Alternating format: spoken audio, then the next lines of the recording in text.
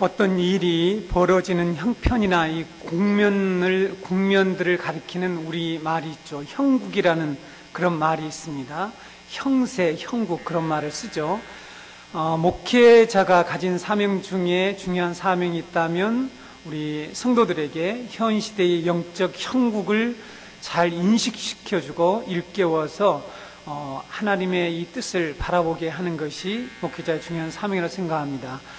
우리가 이 구약의 선지자들을 볼 때도 선지자들이 바로 당시에 자기들이 살고 있던 그 시대의 영적 상황들, 이 시대적 이 상황들이 어떻게 돌아가고 있는지 이것을 말씀에 비춰서 하나님의 백성들을 일깨워주고 그들로 하여금 하나님 앞에 바르게 세우는 것, 이것이 바로 영적 지도자가 해야 될 중요한 일들 가운데 하나라고 믿습니다. 요즘 전 세계 이 기독교의 이슈가 되고 있는 이 두 가지 논쟁이 있습니다. 여러분들 중에 이미 알고 계시는 분들이 있을지 모르겠는데요. 하나는 이 바울의 새 관점이라고 하는 논쟁입니다. 처음 들어보신다면 오늘 제가 그래서 서론적으로 이렇게 영적 형국이 지금 어떻게 되는지 여러분들은 파악을 못할 수 있지만 이것은 우리의 이 교회와 하나님의 백성들의 이 중요한 지금 도전들이 일어나고 있기 때문에 알아야 합니다. 바울의 새 관점이라고 하는 지난 1500년간의 교회가 이 믿고 고백해온 이 칭의의 교리에 대한 중대한 논쟁입니다.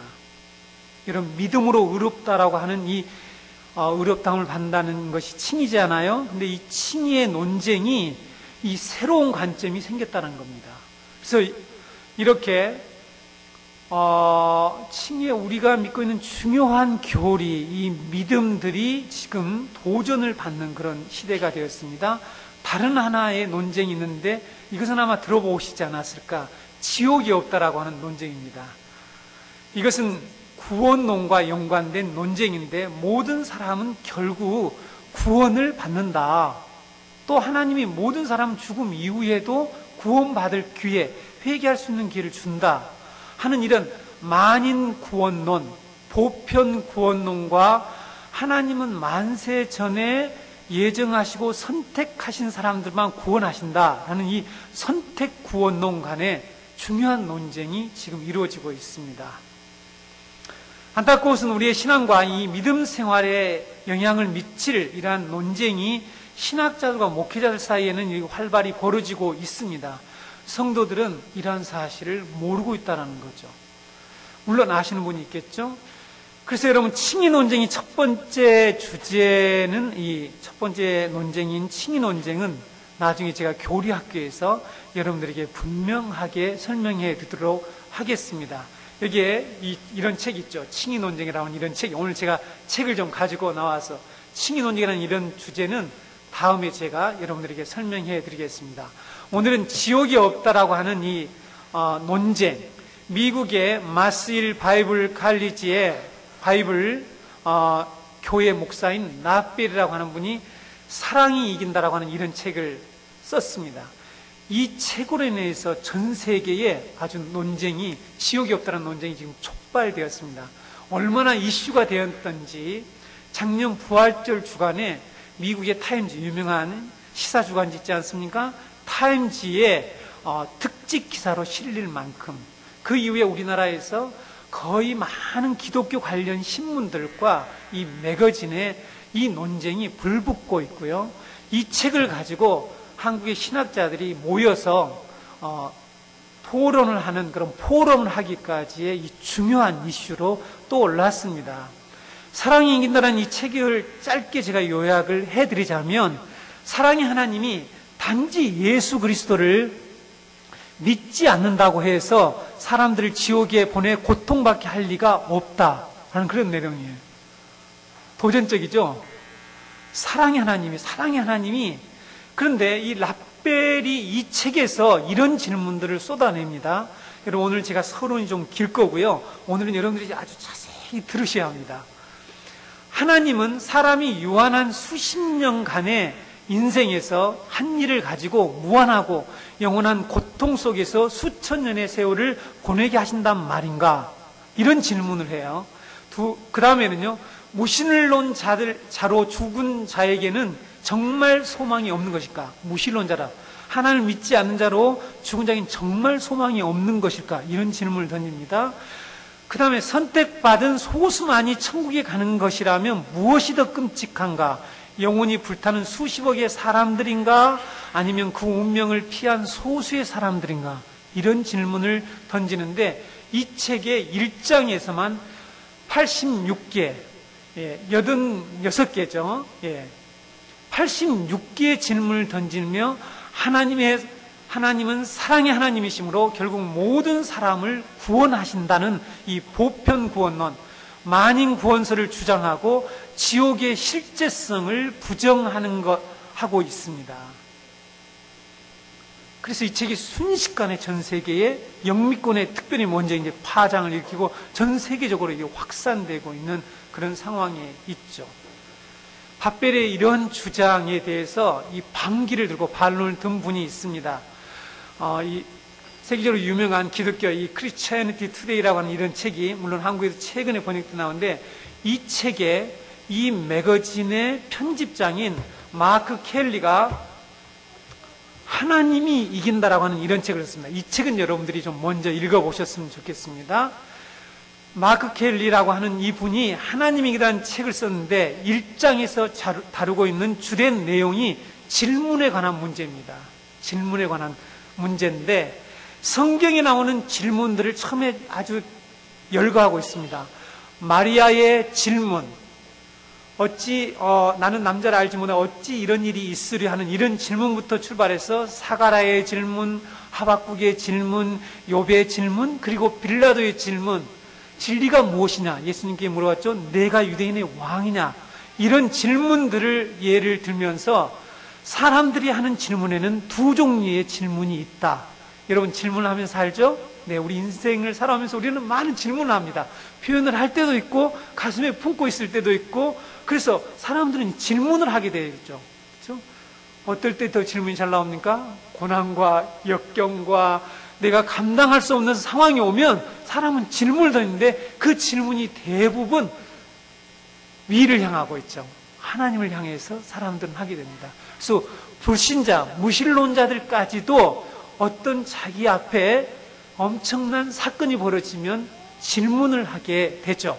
그래서 이 두 종류의 질문으로 구분을 하는데 하나는 하나님의 선하심에 근거하는 질문이고 다른 하나는 나 자신을 정당화하고 싶은 욕구에 근거한 질문이 있다라고 말을 합니다.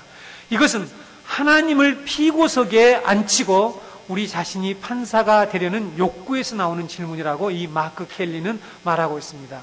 그런데 이분이 말한 얘기를 지금 여러분 본문으로 들어가기 위해서 제가 서론을 말씀드린 것입니다. 성경에는 정말 중요한 질문이 있다라고 말합니다.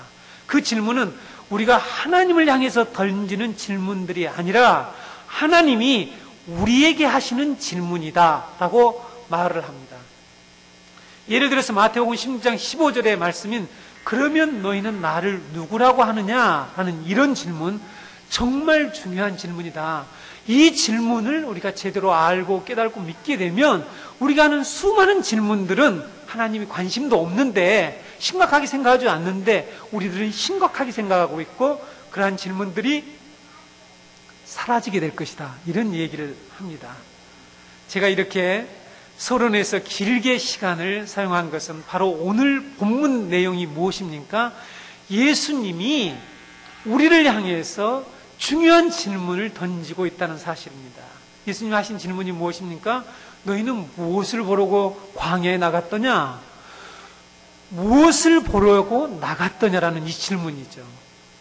지난주부터 우리가 이어서 살펴보고 있는 이 본문, 이 사건은 세례 요한의 질문으로부터 출발하지 않습니까? 오실 그이가 당신입니까? 아니면 우리가 다른 일을 기다릴까요? 라는 이런 질문으로부터 이 사건이 시작되어서 예수님이 질문으로 이 사건을 마무리 짓고 결론을 내리는 것을 볼 수가 있습니다. 세례 요한의 질문이 겉으로 보기에는 매우 신앙적이고 정말 메시아에 대해서 알고 싶은 이 간절한 질문인 것처럼 보일 수 있어요.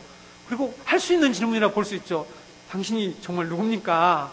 당신이 맞습니까? 이런 질문 전혀 문제 없이 보이지만 우리가 지난주에 살펴본 것처럼 그 질문은 자신을 중심에서 자신이 중심되어서 나온 그런 불신앙의 잘못된 질문이었던 것을 우리는 지난주에 살펴보았습니다. 신앙생활을 해오면서 우리는 겉으로 표현하거나 아니면 가슴 속에 품고 있는 수많은 질문들, 여러분 우리가 하박국 아니면 시편에 나와 있는 이 세상에 왜 악인들이 잘 됩니까? 예수 안 믿는 사람이 왜 저렇게 잘 삽니까? 왜 저런 악한 자를 하나님이 가만둡니까? 하는 이런 질문들, 흔한 질문일 수 있죠. 이런 질문들에부터 시작해서 많은 질문들이 우리들 안에 내재되어 있거나 사람들은 표현하면서 또 그것이 원망 섞인 그런 말로 표출될 때가 참 많이 있죠. 제가 성도들로부터 받은 질문 중에 기억 남은 질문이 있습니다. 그 질문이 무엇인지 소개해 드릴까요? 네. 저에게 제가 받은 질문 중에 가슴 아프고 마음 아프고 안타깝고 한 질문. 왜 이런 말씀을 이제서야 듣습니까? 왜 이런 내용을 그동안 가르치지 않았죠? 왜 제가 들을 수 없었죠? 이런 얘기를 하는 분들이 있었어요. 제가 딱 한 번이라면 이런 말을 하겠습니까? 과장하지 않습니다. 너무 자주 제가 말씀을 전했을 때 제가 전하는 이 하나님의, 제가 성도들에게 꼭 전하고 싶은 이 하나님의 나라, 구속사, 기독교 세계관, 이런 말씀들을 이 별로 특별한 게 아니고 보편적인 것이고 시중에 가면 책들이 너무너무 많이 나와 있어 언제든지 알 수 있는 그런 말씀, 널리 알려지고 있는 내용들임에도 불구하고 사람들이, 성도들이 저에게 이런 질문을 했습니다. 제가 이런 질문을 받을 때마다 뭐라고 답한지 아세요? 배달 사고가 맞습니다. 배달 사고. 그게 무슨 말입니까? 전해줘야 할 사람이 이것을 중간에 빼먹었다, 그런 뜻이겠죠. 안타까운 그런 표현이었습니다. 오늘날 교회에서 일어나는 이 수많은 실족의 사건들로 인해서 우리 입술에 오르내리는, 자주 오르내리는 우리들의 이 질문들, 우리를 향해서 하신 이 주님의 질문을 제대로 우리가 이해하고 배우고 깨닫게 되면 할 필요가 없는 질문들이 너무 많다는 것입니다. 자, 이 부분입니다. 할 필요가 없는 질문이 너무 많아요.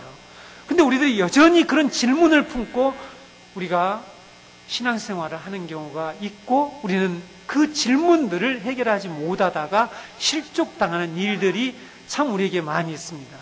우리는 주님이 하신 질문을 오히려 외면한 채 우리를 정당화하고 싶은, 마크 켈리가 얘기한 것처럼 그런 질문들을 할 때가 너무나 많습니다. 우리 자신을 정당화하고 싶은, 우리를 중심으로 해서 생기는 그 질문들을 해결하는 데 너무 많은 시간을 소비하고 있다는 거죠. 잘 생각해 보셔야 합니다. 저는 이 말씀을 준비할 때 아주 깊은 묵상과 사고 속에서 하기 때문에 여러분도 똑같은 그런 흐름을 따라오셔야 합니다. 오늘 본문에 기록된 예수님께서 하신 질문의 의미가 무엇인지를 오늘 저와 여러분이 분명히 깨닫게 된다면, 우리가 신앙생활 하면서 내 생각에 정당하다고 생각하고 이 꼭 풀어야 할 질문이라고 생각하는 질문들이 얼마나 잘못되었고 내가 하나님에 대해서, 하나님 말씀에 대해서 너무나 무지하구나 고백하며 모두 다 주님 앞에 내려놓아야 할 그런 질문들이 참 많이 있습니다. 우리 정은교회 성도 여러분, 오늘 이걸 다 풀고 가게요. 왜냐하면 만약에 이것이 해결되지 않으면 우리는 계속해서 신앙생활하면서 이런 문제를, 이런 질문을 풀고 가게 된다는 거죠. 여러분, 욥기를 언젠가 여러분과 꼭 나누고 싶은데 욥기의 수많은 질문, 나중에 가서 욥이 뭐라고 합니까? 제가 무지했습니다. 고백이 그거예요. 제가 너무 무지했어요. 하나님 몰랐어요. 이렇게 얘기를 한 거예요. 했어요. 욥이 그렇게 신실하게 동방의 의인이라고 하는 그런 인정을 받는 사람조차도 하나님께 계속 질문을 던지고 하는, 그 질문을 받다 보니까 나중에는 자신도 자기를 정당화시키고 변화하는 이 하나님 중심적인 하나님의 선하심과 그 능력과 속성에 근거하는 그 질문으로 이것을 해결할 줄을 모르게 되는 것입니다. 성경에 질문이 너무 많이 나왔습니다. 저는 익히 오래전에 이 질문의 중요성을 알아요. 질문의 7가지 힘이라고 하는 그런 책이 있습니다.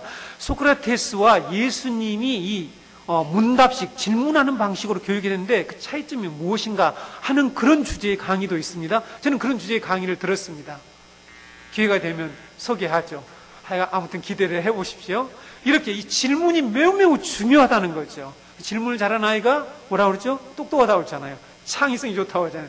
여러분, 질문을 잘 하셔야 되는데, 근데 그 질문이 잘못하게 될 때에 우리는 우리의 신앙의 노선을 잃어버릴 가능성도 있다라는 거죠. 오늘 본 말씀은 예수님이 세례 요한의 이 회석긴 질문을 가지고 왔던 요한의 제자들에게 예수님이 답을 해 주시고, 그들이 예수님이 말씀해 주신 답을 가지고 떠난 후에 예수님이 어떻게 하십니까? 자기 앞에 있는, 자기를 따르고 있는 무리들을 향해서 3가지 질문을 하게 되죠. 이 3가지 질문은 근데 한 가지죠. 뭡니까? 너희는 무엇을 보러 나갔더냐? 너희는 무엇을 보러 광야에 나갔느냐? 이 질문 하나로 요약할 수 있어요. 그런데 내용은 지금 3가지입니다. 예수님의 이 질문은 하나님이 이긴다라는 책의 저자 마크 켈리가 말한 것처럼 매우 중요한 질문, 성경에서 매우 중요한 질문입니다. 이 질문에 대한 어떠한 답을 가지고 있느냐에 따라서 당시의 사람들 뿐만 아니라 오늘 우리들에게도 중요한 영향을 미친다는 거죠. 그 영향이 무엇입니까? 세례 요한에게 나갔던 사람들이 예수님을 만나느냐 못 만나느냐, 예수님을 메시아로 믿을 것인가 믿지 않을 것인가를 가늠하는 중요한 질문이라는 거죠. 매우 중요합니다. 그래서 하나님이, 주님이 우리에게 하시는 질문은 우리의 신앙과 삶에 엄청난 영향을 미치기 때문에 이 마크 켈리라고 하는 이 크리스티애니티 투데이의 이 편집장이 아주 잘 관찰했다라고 봅니다. 예수님은 왜 자기 앞에 있는 무리들에게 이런 질문을 하시는 것일까? 부정적인 측면에서 그들 역시 세례 요한과 이 동일한 상태에 있다는 것을 의미하고 있겠죠. 그렇죠? 예, 잘 생각해 보셔야 된다고 그랬습니다. 주님이 왜 이런 질문을 하시냐는 거예요. 세례 요한의 제자들을 보낸 후에 너희는 무엇을 보려고 광야에 나갔냐?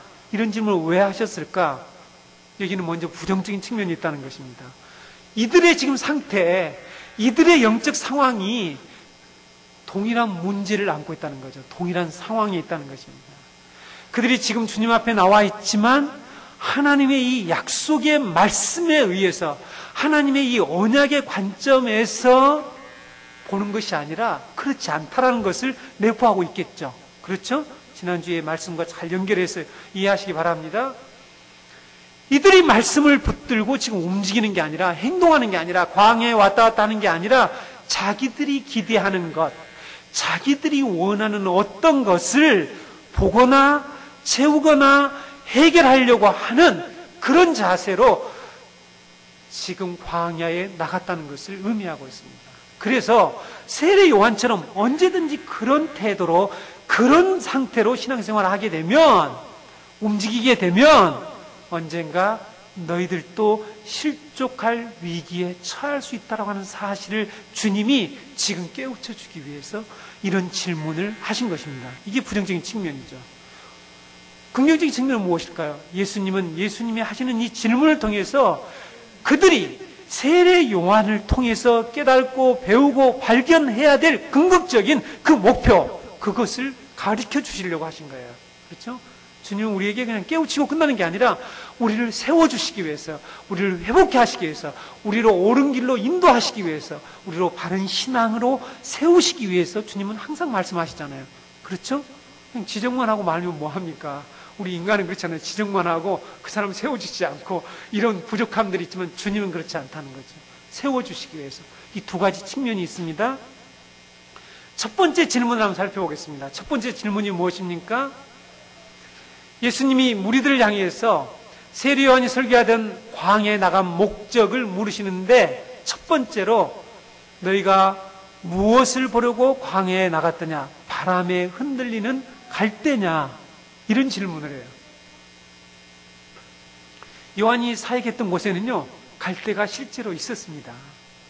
그 갈대들은 광야에서 바람이 불면요, 흔들거렸죠. 제가요, 그 아세아연합신학대 총장인 고세진 총장님과 약 10일 동안 이스라엘 연수, 이스라엘의 이 일명, 저는 성지순례라는 말을 좀 쓰기를 좋아하지 않습니다. 여러분, 성지는 이스라엘만이 아니니까요. 그렇죠?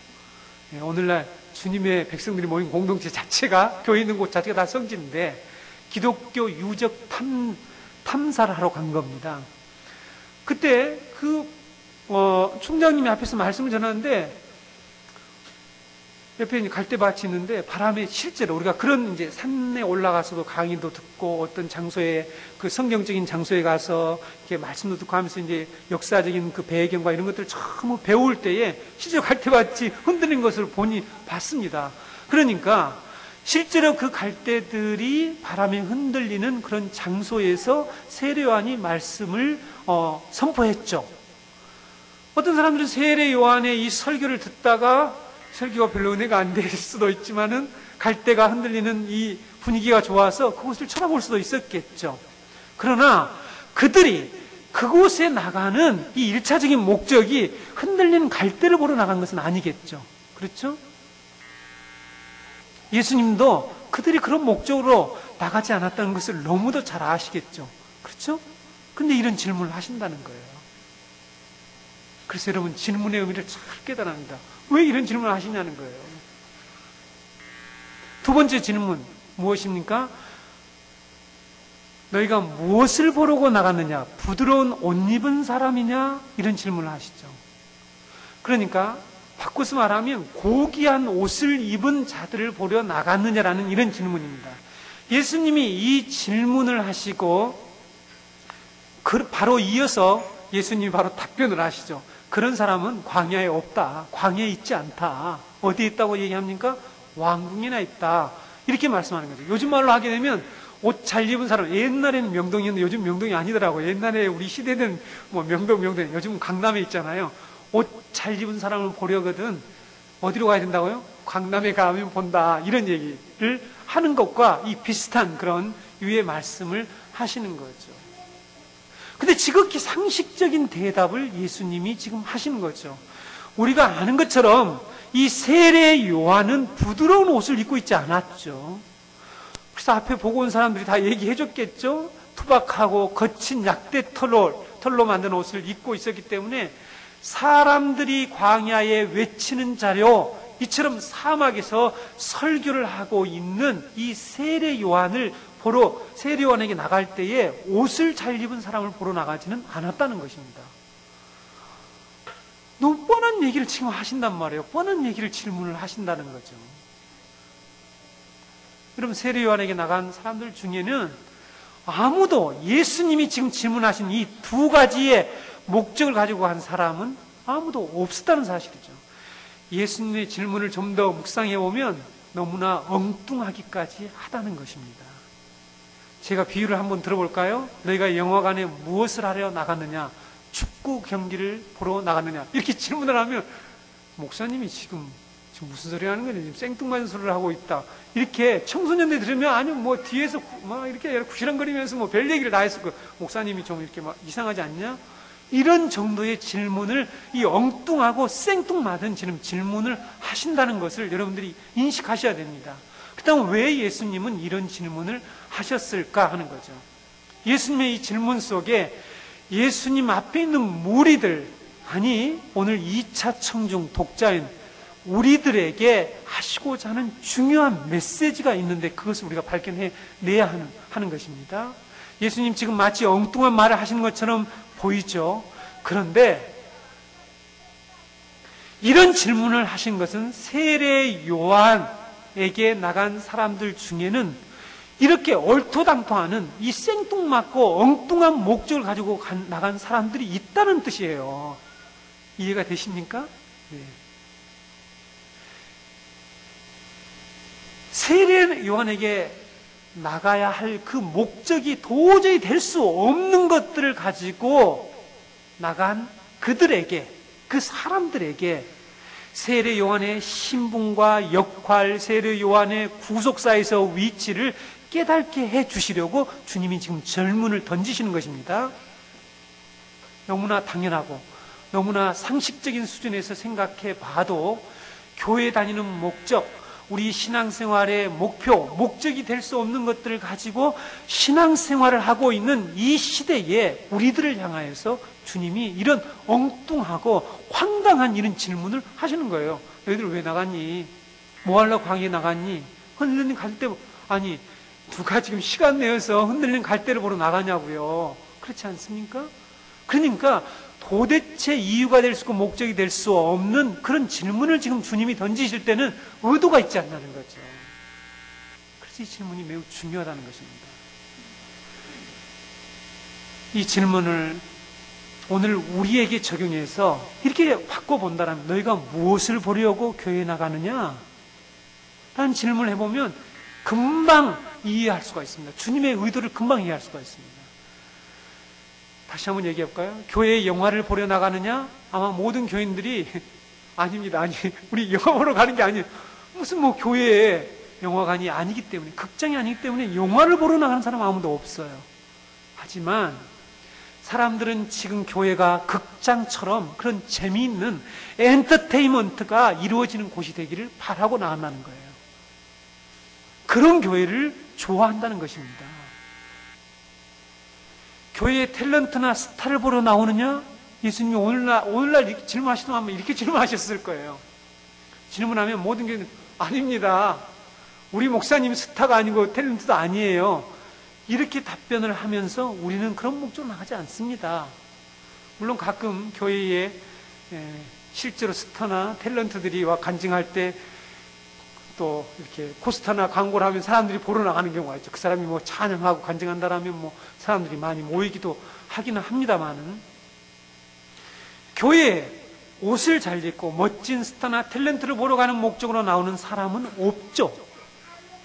그런 사람들은 방송국에 가면 볼 수 있기 때문이죠. 차라리 방송국에 나가서 하는 데에 가서 방청객으로 신청해서 당첨해서 나가서 보는 것이 훨씬 낫겠죠. 하지만 여러분, 데이비드 웰스라고 하는 이 미국의 유명한 신학자, 정말 훌륭한 신학자가 용기 있는 기독교라는 책에서 표현했듯이 엉뚱한 고객들이 오늘날 교회에 와 있다라고 말하고 있습니다. 이 엉뚱한 고객들, 이 시대의 교인들이 교회의 목회자를 구하는데 스타와 같은 목사, 예를 들면 자신의 신분에 걸맞는 학벌을 가진 목사, 사람을 강하게 이끄는 매력이 있고 스크린 앞에서 능수능란한 이런 말솜씨로 청중을 휘어잡는 이런 능력 있는 목사를 원하는 교인들을 이 데이비드 웰스라고 하는 이 교수님이 엉뚱한 고객이라고 이렇게 표현을 했습니다. 그래서 제가 오늘 이 말씀을 묵상해 보니까 주님께서 왜 이렇게 엉뚱한 이런 질문을 하시냐는 거예요. 너무 뻔하고 너무나 당연하고 아무도 이런 목적으로 가지고 나가지 않았을 그런 질문을 하신 데는 이런 엉뚱하고 잘못된 목표를 가지고 있는 자들이 없었다면 예수님은 이런 질문을 하지 않았을 것이라는 거죠. 우리는 교회에 무엇 때문에 나오는지, 우리는 무엇 때문에 이 말씀이 선포되는 곳에 그 현장에 지금 나가고 있는지를 질문해 보아야 합니다. 예수님 말씀에 의해서. 우리가 무엇을 보려 나왔다가, 그러면 이런 질문을 해볼까요? 우리가 무엇을 보려 나왔다가 이렇게 수많은 교인들이 실족을 당하고 있는지, 예수님의 질문은 그 답을 우리에게 해주시고 있다는 거죠. 그래서 중요합니다.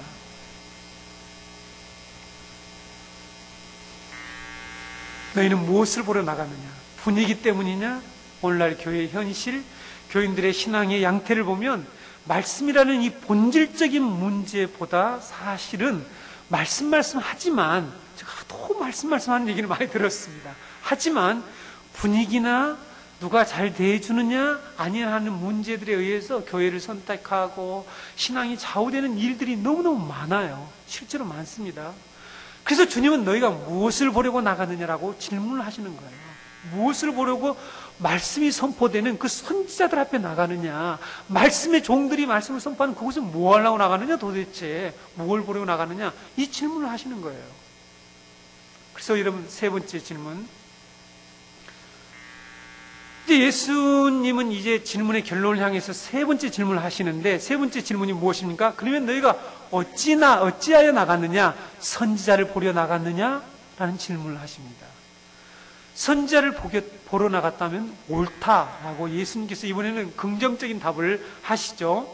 그리고 세례 요한은 이전에 다른 선지자들보다 더 나은 선지자라는 설명까지 추가를 해서 선지자를 보러 나갔다면 아주 맞다, 잘했다. 그런데 선지자는, 이 세례 요한은 이전에 다른 선지자보다 더 나은 선지자라는 말씀을 추가합니다.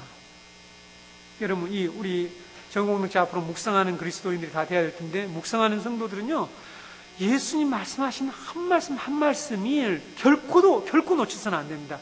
자세히 아주 집중해서 우리가 얼마나 말씀을 깊게 묵상하는 따라서 우리 삶이 변화가 되고, 우리가 하나님의 이 오묘하신 뜻을 우리가 충분히 깨닫느냐, 그렇지 못하게 달려있기 때문에 말씀을 깊이 묵상하는 그리스도인들이 꼭 되어야 합니다.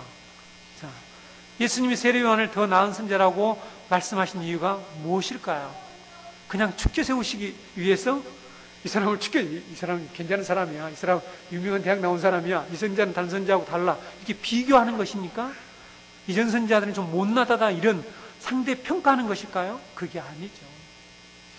예수님의 목적이 있었단 말이죠. 예수님이 이런 말씀을 추가해서 보충 설명하실 때에 예수님은 사람들이 세례 요한을 이전에 활동한 선지자들과 비교해서 더 나은 선지자라고 하신 그 내용과 이유가 있다는 거예요.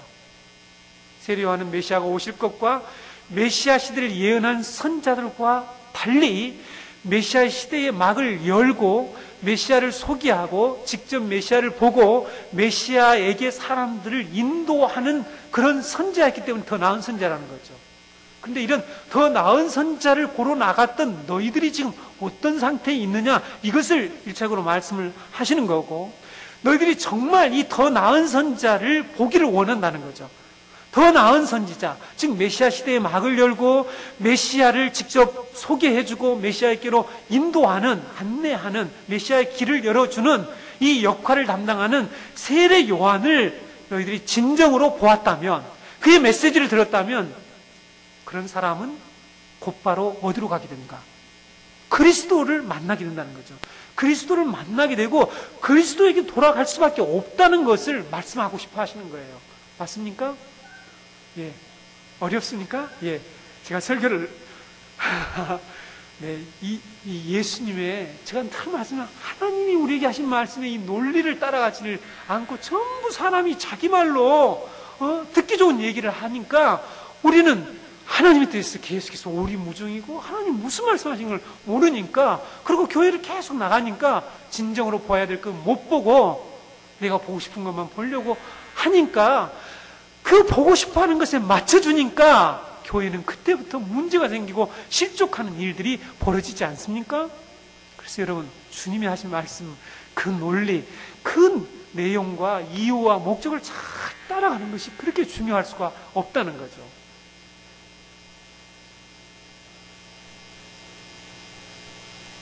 예수님이 이 말씀, 이 질문을 하신 이유, 이렇게 더 나은 선지자라는 표현까지 하시는, 자신이 내가 진정한 메시아야, 너희들 내 앞에 왔지만 내가 메시아라는 확신을 갖기를 원하셔서 하신 말씀이에요.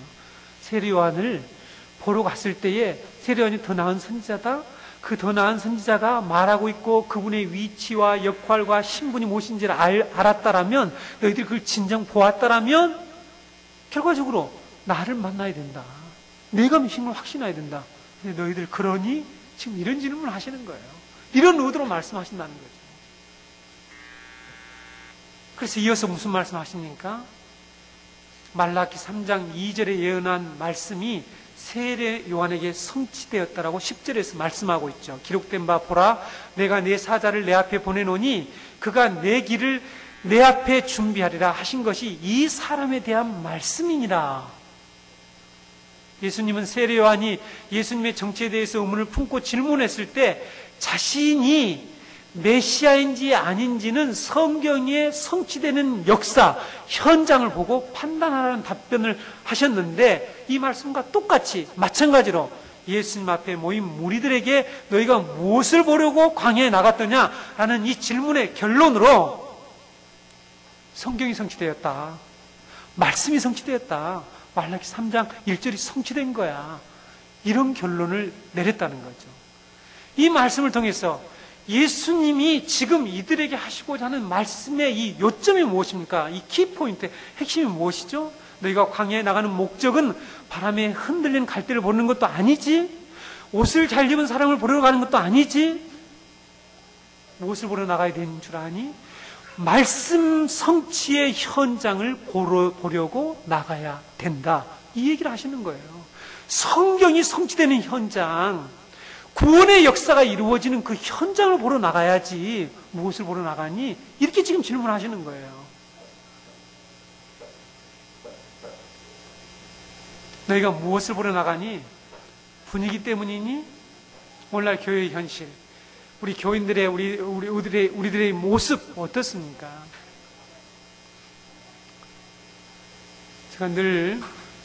제가 적은 교회에서 얘기하면 자격지심 때문에 이런 설교를 한다고 그럴까봐 제가 큰 교회를 갔었잖아요. 큰 교회를 가서 봤더니 역시 심각하다는 사실을 알게 됐습니다. 물론 이 메시지가 지금 전 세계로 다 나가기 때문에 제가 구체적으로 설명을 하지 않겠습니다만은, 여러분, 우리가 교회에 나오는 목적이 무엇입니까? 하나님의 구원의 역사를 보기 위해서입니다. 명확해야 됩니다. 하나님의 이 구원의 역사의 현장을 보기 위해서예요.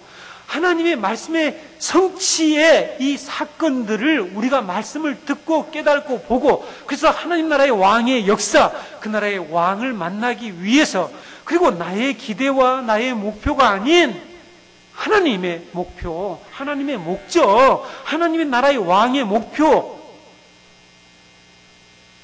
앞에서 나 자신을 부인하고 그분께 나의 모든 삶을 드려서 이 하나님의 구원 역사를 이루는 이 위해서 교회에 나오는 게 아닙니까? 근데 이 교회가 어떻게 된 판인지, 이 생뚱맞고 도대체 목적이 될 수 없는 걸 가지고 나오는 자들이 있다는 거예요. 그때나 지금이나. 그렇지 않습니까? 지금 우리 시대의 교회 모습이 어떻습니까? 다시 설명하자면, 교회에 나가는 목적이 될 수 없는 것들을 붙들고 나가는 사람들이 있다는 거죠. 너무 허다합니다. 있는 정도가 아니라. 어떤 교회는 정적인 유력한 인사가 있기 때문에 거기에 관련된 사람들이 그쪽으로 다 모여서 거기에서 그걸 어떤 발판을 해서 자기의 이 세상의 목적을 이루려고 나가는 사람들이 있죠. 어떤 사람은 자신의 순과 맞는 사람들이 그 교회에 있다라고 해서 나가는 사람들이 있습니다. 그런 사람들이 있기 때문에 그 교회에 머물러 있는 사람들이 있다는 거죠. 저의 경험입니다. 이론이 아니고요. 마음이 너무 아픕니다. 주님이 하신 이 말씀이 그래서 중요하다는 것입니다. 무엇을 보고 교회에 나가니? 어떤 사람들은 많이 모이는 이 숫자들과 관련해서 자기의 사업을 어떤 걸 성취하고 사업을 잘 이루기 위해서 나가는 사람들이 있습니다. 너무 많습니다. 신문에 나온 내용입니다. 더 심각한 것은 자기가 지금까지 투자해놓은 이 부조금 때문에 머물러 있다고 해요. 이것이 신문에 아주 통계로 나왔대요. 제가 기독신문에 나왔습니다. 기독신문에. 마음이 너무 아팠어요. 그래서 멀리 이사를 갔어도 그 교회를 나오는 이유가 그것밖에 없대요. 기가 막힌 일 아닙니까? 이런 사람들, 이런 교인들, 여러분들 앞으로 설교 들을 때 제가 교인, 성도, 그리스도인 이렇게 구분해서 표현한 걸 잘 들으셔야 합니다. 저는 이걸 그냥 쓰지 않아요. 설교자로서 교인이라고 할 때는 그리스도인이 아니라는 전제가 붙어 있습니다. 교회 멤버일 뿐이라는 겁니다. 이런 교인들이 많다는 거죠. 이런 교인들은 말씀이 어떻게 선포되는지 관계가 없습니다. 관심이 별로 없어요. 그 말씀이 뭐 제대로 선포되든지 어쩌든지 별로 관심이 없어요. 틀리든지 아무 상관이 없죠. 왜? 그렇습니까? 자기가 보고자 하는 게 있기 때문에, 자기가 기대하는 목표가 있다는 거죠. 지금 주님이 그 말씀하시는 거예요. 너희들이 기대하고 있는 그것을 보러 나갔느냐, 아니면 하나님이 보여주시고자 하는 그것을 기대하고 그것을 보려고 나갔느냐, 이 질문이에요. 무엇을 보려고 나갔느냐.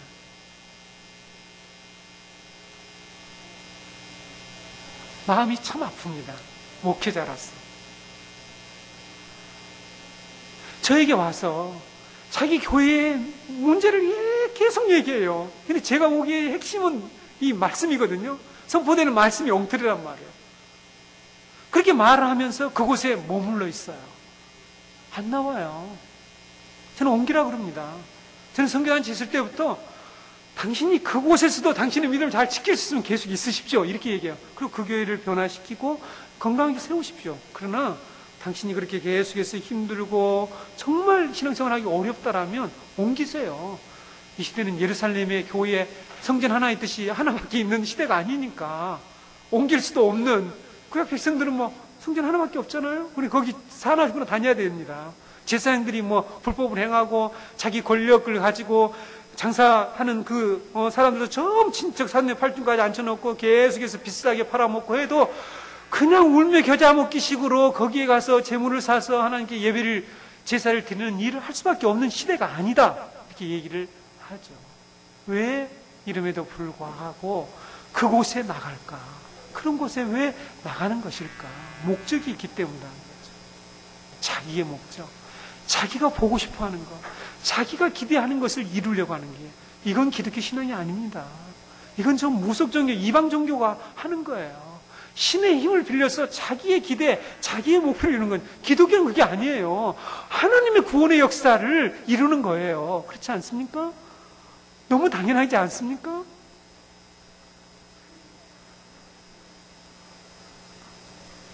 그래서 성도 여러분, 이 시대에 과연 하나님의 이 약속의 말씀이 성취되는 것을 보고자 하는 사람이 얼마나 될까? 성경 말씀이 중요하다 이렇게 얘기하는데, 마치 비유를 하자면 어떤 처녀가 결혼 배우자로 신앙이 중요해 말은 그렇게 하는데 실제로 내용은 그렇지 않은 경우가 있는 것과 똑 마찬가지인 것 같아요. 좀 이렇게 연결이 됩니까? 제가 좀 이렇게 과장해서 얘기하는 건 실제로요, 저 경험입니다. 제가 정말 기독교의 우리 교회 사역 중에서 가정사역, 이 가정을 건강히 세운 사역이 너무 중요해서 이 결혼 예배학교를 오랫동안 하면서 이 배우자 선택에 대한 강의를 하면서 그 강의를 할 때마다 정말 중요한 이 성경적인 결혼을 하나님이 왜 이 결혼제도를 세운 것부터 쭉 설명을 하고, 신앙이 정말 1순위라는 것은 기본적으로 알고 있는 내용인데, 실제로 사람을 만나게 해주고 소개해줘서 할 때에 그들이 신앙은 좋은데 이건 안 된다 이렇게 해서 탈락시키는 일들이 너무너무 많아요. 마찬가지입니다. 우리가 말씀하지만 말씀에 의해서 정말 우리가 움직이고 행동하고 어떤 교회를 나가고 선택하고 말씀에서 죽고 말씀에서 사는 하나님의 백성이 얼마나 될 것인가 하는 거죠. 주님의 이 질문 속에 아픔도 있고요, 우리를 정말 깨우쳐서 우리가 바르게 어떤 바른 목적을 가지고 이 말씀이 선포되는 현장에 나가기를 원하시는 그 주님의 진실한 그 사랑의 마음을 우리는 여기서 읽어내야 한다는 거죠. 성도 여러분, 우리 기독교의 신앙의 요체는 역사 가운데 펼쳐지는 하나님의 이 약속과 성취의 진리를 붙들고 그 말씀 위의 삶의 토대를 굳건히 세우고, 그래서 흔들리지 않고, 그래서 주님이 이뤄가시는 그 구속 사역을 따라가면서 거기에서부터 흘러나오는 그 영원한 소망, 산소망, 기쁨을 가지고 우리가 행동하고 살아가는 것, 이것이 기독교 신앙생활입니다. 저 이론을 얘기하는 게 아니에요. 앞으로 계속해서 말씀을 들어보십시오. 하나님의 나라에 대한 강론을 들어보십시오.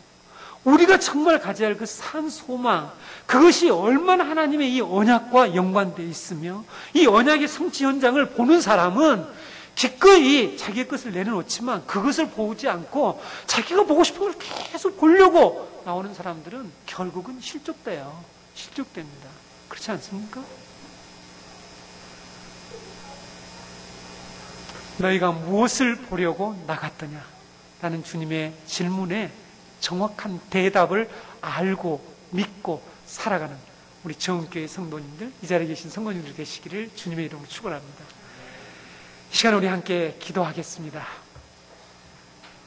오늘 말씀, 들은 말씀을 우리 자신에게 적용하고 하나님께 도움을 구하고 하나님께 결단하는 그런 시간입니다. 하나님, 우리가 주님 앞에 나오는 이 목적 다시 재정립해서 우리가 우리의 이 영적인 눈을 열어서 말씀 성취의 현장을 목격하고 긍극적으로 주님 앞에 우리가 가서 주님으로부터 주님이 이루시고자 하는 그 뜻에 동참하며 헌신하며 순종하며 자기를 부인하는 그런 자가 되게 해달라고 이 시간에 하나님께 간절히 기도하겠습니다. 기도합시다. 하나님.